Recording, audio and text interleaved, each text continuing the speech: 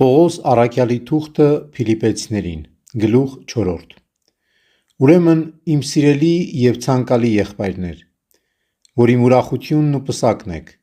այսպես հաստատուն մնացեք ի Տեր, սիրելիներ։ Խնդրում եմ Եվոդիային և խնդրում եմ Սյունտիքին, որ նույն խորհուրդն ունենան ի Տեր։ Այո, քեզ էլ եմ աղաչում, իմ հարազատ լծակից, դու էլ օգնիր նրանց, որոնք ավետարանի համար պայքարեցին ինձ հետ Կղեմեսի և իմ մյուս գործակիցների հետ միասին, նրանց անունները կյանքի գրքի մեջ են։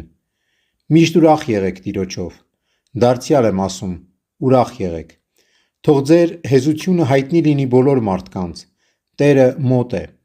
Հոգ մի արեք, այլ աղոթքներով և աղաչանքներով ձեր խնդրանքները գոհաբանությամբ հայտնի թող լինեն Աստծուն։